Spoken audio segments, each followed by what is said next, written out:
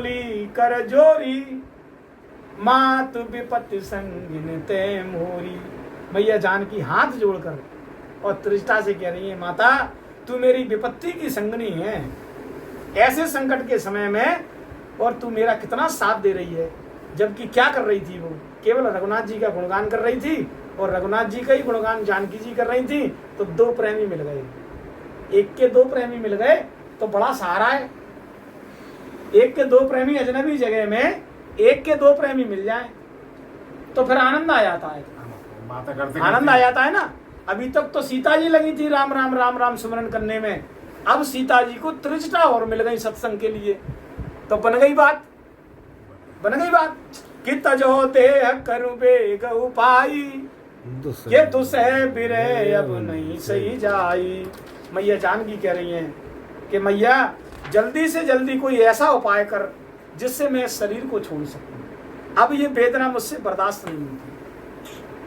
आन काठे रचुचिता बनाई, ओ माँ तो अनल पुनि देह लगाई। काठ लाकर चिता बनाकर सजा दे हे माता, फिर उसमें आग लगा दे हे सयानी, के सत्य करें मम प्रीत सयानी, सुने को श्रवण सूल समबानी। तू मेरी प्रीति को सत्य कर दे, रावण की सूल के समान दुख देने वाली वाणी कानों से अब कौन सुनेगा। के सुनत बचन पद गई समझाएसी, प्रभु प्रताप बल सुजस सुनाएसी। निसिनयल मिल सुन सुकुमारी, हस कहीं सो निज भवन सिधारी। सीता जी के वचन सुनकर त्रिष्टा ने चरण पकड़कर उन्हें समझाया और प्रभु का प्रताप बल और शेष सुनाया। जब भी जीव अधीर होने लगे तो भगवान के गुण उस जीव को सुनाना चाहिए, भगवान की लीला गान सुनाना चाहिए। उससे क्या होता है, आत्मा को बल मिलता है, आत्मा बलवान होती है।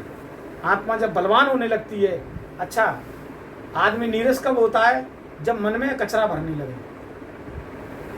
मन में नीरसता भरने लगे तो मन भारी होने लगता है, और मन जब भारी होने लगता है तो बुद्धि हल्की होने लगती है, और बुद्धि जब हल्की होने लगती है सोई आदमी कहता है अब तो मर जाने में ही ज्यादा भलाई है।